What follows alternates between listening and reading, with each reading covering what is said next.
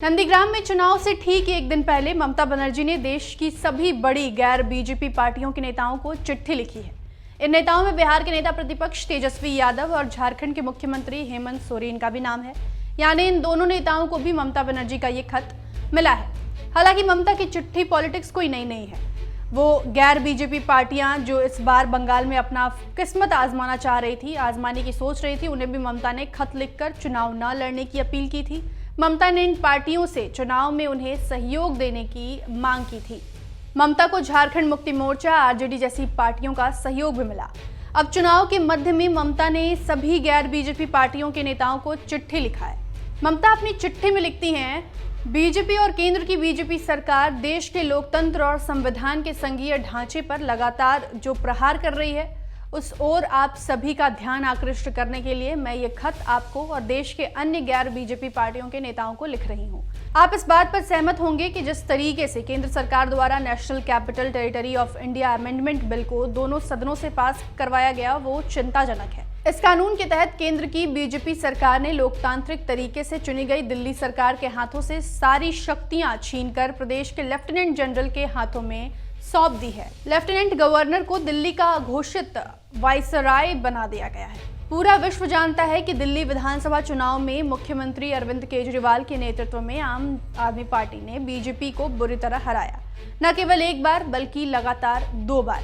जनाधार को ताक पर रखकर दिल्ली में शासन करने की अपनी मंशा को पूरा करने के लिए बीजेपी ने कानून लाकर मुख्यमंत्री को ही लेफ्टिनेंट गवर्नर का सहायक बना दिया है।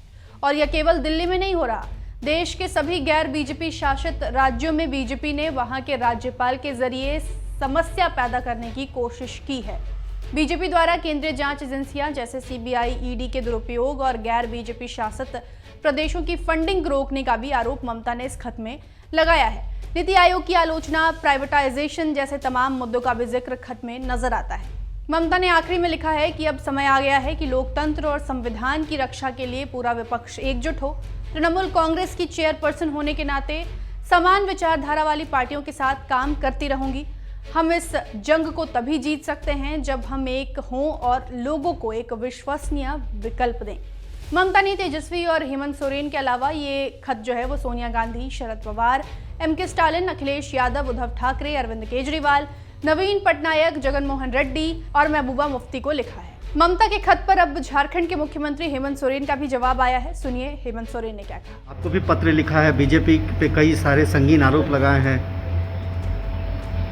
अब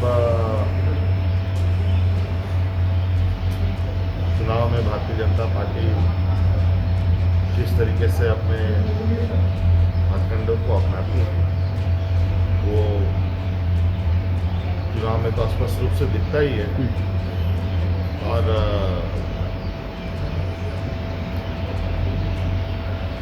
उनके इस चाहे वो सभी तरीके के छल प्रपंचों का उपयोग ये बहुत बेहतर ढंग से करते हैं। चाहे वो संवैधानिक संस्थाओं को भी अपने सहयोगी के रूप में उपयोग करते हैं। तो ये बात सही है कि उनका जो आज के दिन में राजनीति को परिभाषित करने का है, वो आने वाले समय के लिए बहुत अच्छा नहीं है। लेकिन सवाल यह है कि जिस विपक्षी एकता की अपील ममता यहाँ कर रही हैं, वो एकता, वो एकजुटता विपक्षी पार्टियां क्या दिखा पाएंगी?